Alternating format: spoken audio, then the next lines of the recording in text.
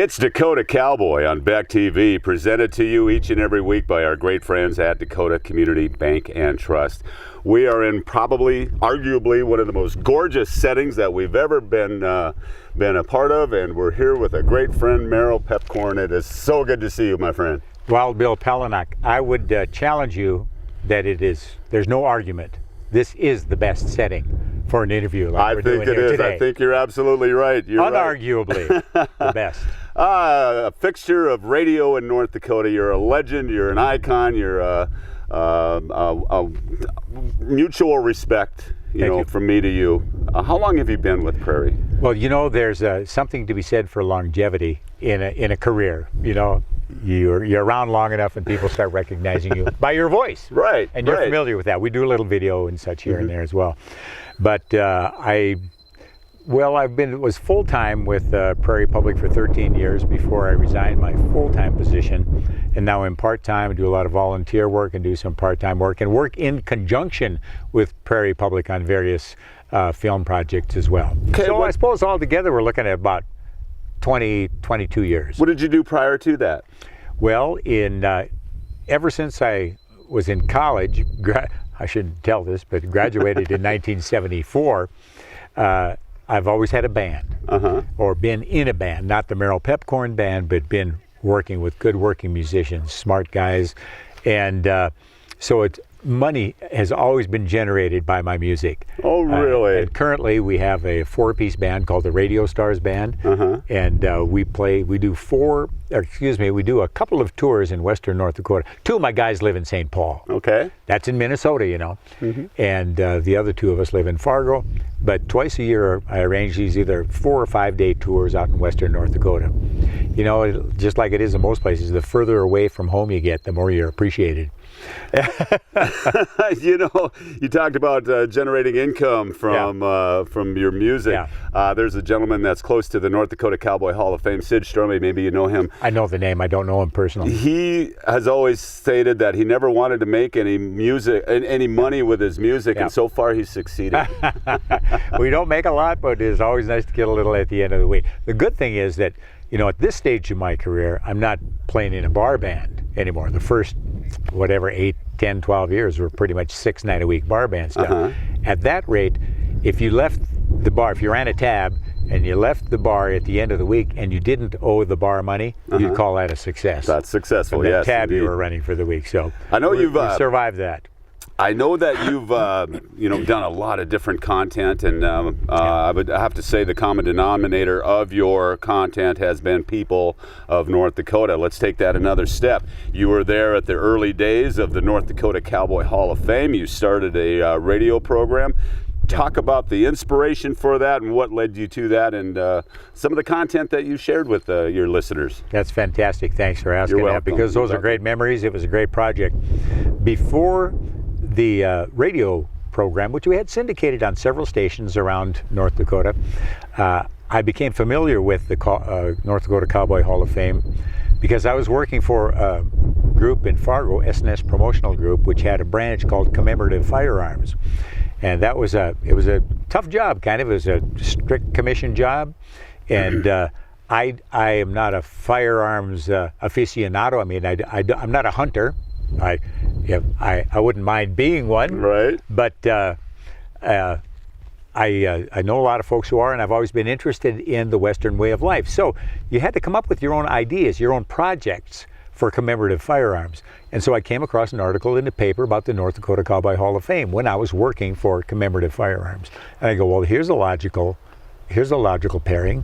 A Winchester 33, the stock is etched and engraved, and the barrel is either gold-plated or silver-plated, and then with etching on there with various Hall of Fame information, when it was founded, and so on. So we produced a series of 50 guns to sell, and then the Hall of Fame made a couple of $100 on each gun, and I made a couple of $100 on each gun, and that was when I really got into the Hall of Fame was that piece, because there I traveled all across the state, kind of a door-to-door rifle salesman basically, and met a lot. And I had a list to work on. That was the trustees, and there's trustees in every part of the state. So, like a lot of my radio work has taken me across the state in various ways, so did this Hall of Fame gun. And that was a great way to meet a lot of people in the Cowboy Hall of Fame, affiliated with the Cowboy Hall of Fame, and learn a lot about it. We have given away a lot of rifles crafted by commemorative firearms. Yes, right. In our raffle over the years. Yep. Is it safe to say that it was you that created the handshake between the North Dakota Cowboy Hall of Fame and commemorative firearms of Fargo? Correct. Me and Phil Baird was the president of the board at the time. Sure. He drew up this memorandum of understanding, MOU, and we took it from there. Wow. And of course, then when I quit, I quit the SNS Promotional Group, Commemorative Firearms, to get my radio job with Prairie Public. But yeah, that was the start, and it was with the Noons. Evelyn Noon stands out among those originals. Darrell Dorgan, of course, was the executive director at the time, the perfect man in the place for that time. Exactly, and he is on a short list of people that we have to interview here on Dakota Cowboy, and I'm looking forward to going to his home. I believe Mission, South Dakota is where he's at now, and talking to Phil about the early days of the North Dakota Cowboy Hall of Fame. The content for the Hall of Fame moment, North Dakota Cowboy Hall of Fame moment. Yes. Yeah, that was an interesting thing. But like people like you and I, Bill, like you've worked for radio stations, I think. Yeah, that's where I first heard of you. You were working for a station in Dickinson, I think. Was it, which one, KLTC? It was, there was their FM, KCAD, and we were at the first inductions, and we carried them live on the radio. Yes. And so that's been, several years now. That's when we became acquainted through radio. August 1st, 1998, the very first induction ceremony, I think, is where and of course, for Prairie Public, I voiced this program called Dakota Datebook. Over the years, we probably had 20 or 30 people who write these short 2.5, maybe 3-minute stories about North Dakota. North Dakotans could be business, cowboys, arts and entertainment, any accomplishment, great or small, world's largest hamburger in Rutland, North Dakota, whatever it might be. So I've been voicing that program for, I think, a total of about 20 years now altogether. And I was already doing that, and then I got involved with this idea for the Cowboy Hall of Fame. Let's do this sort of format, tell an interesting story about a particular inductee into the North Dakota Cowboy Hall of Fame, and write up a nice little, this was a 1-minute thing, North Dakota Cowboy Hall of Fame moment, and came up with stories about Alvin Nelson, the Teschers, Dean Armstrong, you name them, some of the modern cowboys, so to speak. Brad Germanson, now retired, but still more modern era than the famous six-pack, Just did a short story, went out and sold it to various sponsors, including Cloverdale. Sure. I think Gate City Bank was my home bank in Fargo, and you got to have sponsors for those sorts of things, and so that's how the North Dakota Cowboy Hall of Fame Moment radio series started. And I know then that you and perhaps others have not really built on that, but then gone on to produce similar programs that the public loves. The public loves hearing about the Western way of life, and people like me, I like coming out here and just being in it. Yeah, God's great creation out here in Western North never Dakota. Gets old. Never. I run into people. Yeah, here we are. There's bully pulpit way out there. Yeah, it's what I particularly like about this area is the draws, the little canyons, the little valleys down that weave their way in between the hills, If you stare at them long enough, you might see a little familiar face poking out, a whitetail or a mule deer buck or a doe. Yeah, if you had the patience to go sit out there, no doubt. Yeah. Before we move on, okay. Speaking of the landscape here and the peacefulness and the beauty, which is particularly nice now because of pretty timely rains. Yeah, we've had beautiful rain showers. Lots of blooming out here. But a friend of mine, D.W. Grothy. Okay. Do you know D.W.? He's a poet or an author. Well, he's a singer and a songwriter. Yes. He's been at the Cowboy Poetry Gathering. That's another one of my connections out here. Bill Lohman's Poetry Gathering. I've been out here, I don't know, probably 20 times.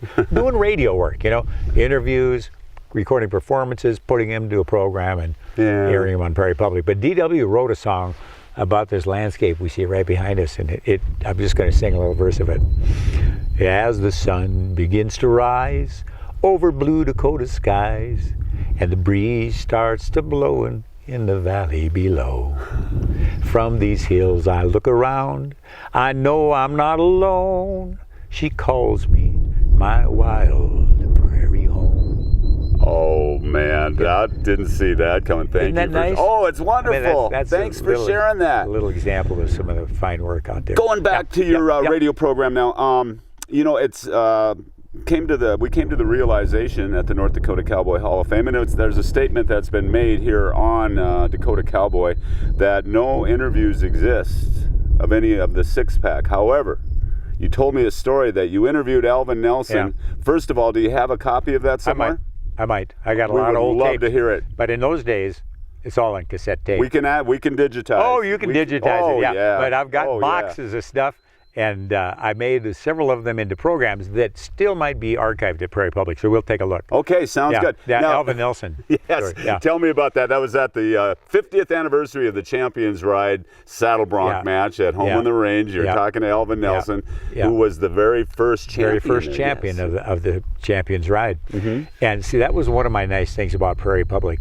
If I wanted to go out and do a program on the Champions Ride at Home on the Range, I could do that. Mm-hmm. You know, they'd let me go out, and I did a lot of traveling around for that. And so then we're in the Champions Ride. We also do a little bit, not a little bit, a big part of the story is the Home on the Range and the services they provide and the great history and how many young people's lives have been changed. Just the other day, while we were in here in Medora, we were in the Cowboy Cafe having breakfast, and a lady came up and she took a picture of the Home on the Range, and I can't remember how to pronounce the Father William Fawnlander. Father Fawnlander. And she took a picture of it, and I was curious. I'm always asking people, you know, I'm always going, well, what are you taking that picture for? You know, why are you interested in that? She said, I lived there as a child. She used the word ward, but she was there. She was one of the kids raised by all the great folks at Home on the Range, and she said, she was happy. She said, I wouldn't be here today. I wouldn't be the person I am today without having spent time at Home on the Range. I just got chills. I just got chills because we interviewed the executive director at Home on the Range recently, my co-host Tisa and I, and we're getting feedback like that, just like that. Yeah. And boy, I tell you, what they do there is miraculous. Yeah, and the Saddle Bronc Ride, which spurred that story. We go down these different trails every once in a while. You'll notice that. I'm sure you've never done that on any of these shows before. But so as part of that, I did go out here to Sentinel Butte and do some interviews on the Champions Ride, and of course was interviewing Alvin Nelson, who, as you mentioned earlier, probably about 10 minutes ago now, was the very first champion of the Champions Ride, which is, I like it because it's just saddle broncs, which is the premier event in most people's eyes. There's the bull riding and everything, you know, which is popular these days. But, you know, saddle bronc riders, these guys were the rock stars in the 50s when they were traveling around the country. But I asked Alvin, and I had my radio, mic out here. I go, Alvin, you know, what's it going to take for one of these young cowboys to win this Champions Ride today? And he goes, well, ride them all and ride them good. That's cowboy logic. Yeah, parenthesized, ha ha ha. Ride them all, ride them good, with a little chuckle on either end. I mean, what a great attitude. So I got to meet a lot of those old guys. Yeah, they're really, wonderful, really wonderful. Yeah. I've got stories about Jim and Tom and Alvin. No doubt. Yeah. As soon as we started this interview, Merrill, I realized that it was an interview that was going to be self-propelled. It was going to take care of itself. So I'm going to turn it on you. What do you want to talk about? In relative to the Badlands, the North Dakota Cowboy Hall of Fame, the Radio All-Stars, what would you like to share with our viewers today? I think a lot of people do know me because of, a couple of things. My work with Prairie Public Radio on every day. It's amazing. We just had a little baptism for our granddaughter recently here in Medora, Sunday morning at the little church. And, half the people in the congregation listen to me, and they know me because of my work with Prairie Public, which is very encouraging to know there are that many public radio listeners out here in the Badlands in western North Dakota. But also, I'm a participant in our statewide broadcast of our Messiah Lutheran Church telecast, which has been on the air since 1957. So I'll do some liturgy on there, and a lot of times I'll maybe do a song 5 or 6 times a year. And so we have a lot of viewers on that too. People, they might go to church at 8:30, go home and watch our service at 10 o'clock Mountain Time.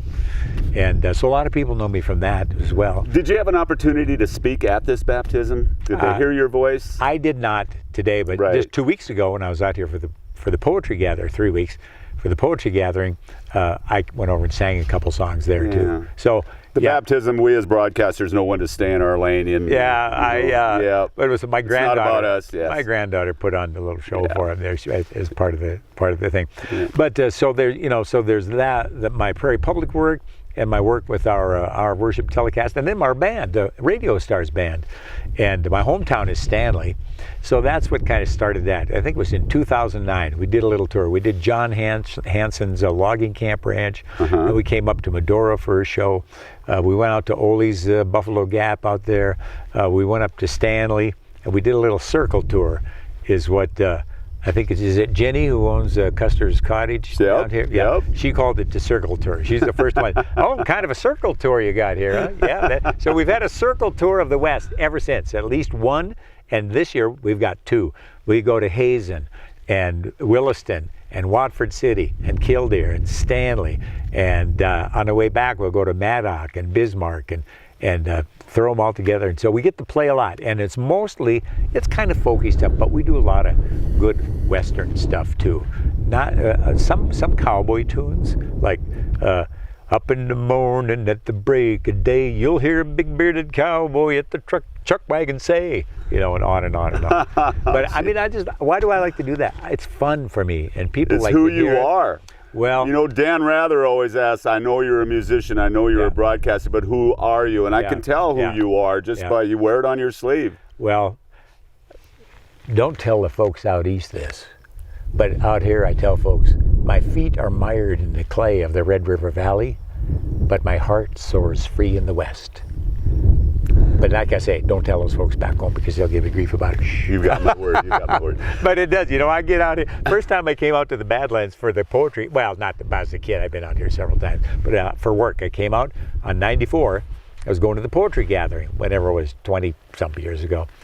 And I'm looking around at the buttes and the canyons, and I drove right through the Badlands until I was up on the hill out here on the way to the beach. I missed it up the beach. It does that to us. What did I do? Here, as of late, we've got a little haze out there from the Canadian wildfires, but you can rest assured that this is Canadian smoke. It's only 74% value toward United States smoke. Oh, good. Well, we're happy for that. Yeah, but that's just kind of the allure, and much to many people's dismay, I do a little golfing occasionally. You don't have to be good to be out there enjoying golf. And we were with a couple of people from Stanley, a husband and wife. And they were grandparents. They were really good people. And they've been married, 10, 15 years or something. And the gal was from the Twin Cities. And she was saying, I just love North Dakota. It's just like out of the blue, she said it. Wow. And because, people who have never been here, they're going, well, what are you doing up there in North Dakota? She said, well, you come on out here. Like her brother, for example, who came out, and not, to Stanley. And then there's some pretty areas around Stanley, too, There's some valleys, trees, and the Knife River up there. And you go south to Newtown and Lakes and Kakawea. And he said, people come out here and see what we've got out here, and you'll change your tune. It's easy to sit in the city and talk about, country folk or Western folk without knowing a darn thing about it. And, I love it. I do as much as I can out here. And that's just kind of what we do. This has been wonderful. This has been fantastic. Yeah. We'll get together again. Yeah. Well, I'm going to challenge you to let's do one of these a season, spring, summer, fall, and winter. Here we are, just in the final days of spring. Summer's going to be here on Wednesday. And fine with me. Is there any other things that you would like to share with our viewers at this time? I know there's a lot, but one final thought, Merrill. Well, it's just that I look forward to it. I'm always cooking up ideas. Like I said, that's what we do. We're really media entrepreneurs, musical entrepreneurs. which doesn't make you a lot of money. It might someday, but I'll try to cook up a project for us to work on together. Sounds great. Because, I look forward to that. For me, it takes work to get immersed into a subject or in for example, this lifestyle, because I'm not coming out here just a vacation for 2 weeks or a month every summer, I'll tell you that. So I have to kind of figure out something to do while I'm here. Could be music, could be radio, could be television. We've done a couple of good documentary films, including working with the 3 affiliated tribes up there. So we're just always moving forward, always staying engaged, and I hope that we can work together sometime in the future. You're doing a great job, by the way. Thanks. Oh, thank you. Yeah. Thank you. I tell our guests this, that our interview today, Merrill, it was like skipping a rock across the river. We didn't sink down deep enough. Next time we will throw the rock in the river, let it sink, and we'll just go from there. So this isn't the first time that we're going to do this. I look forward to the future with you. I thank you for your work with the North Dakota Cowboy Hall of Fame and the people of North Dakota on Prairie Public Radio. Thank you so much, Merrill. Thanks. And in North Dakota fashion, this is our second goodbye. We might have to have one more before we have at least 3 goodbyes. Thanks, Bill. Sounds great. He's a good one. Oh, thank you for doing this. It's Merrill Piepkorn with Prairie Public Radio here on Dakota Cowboy, presented by Dakota Community Bank and Trust.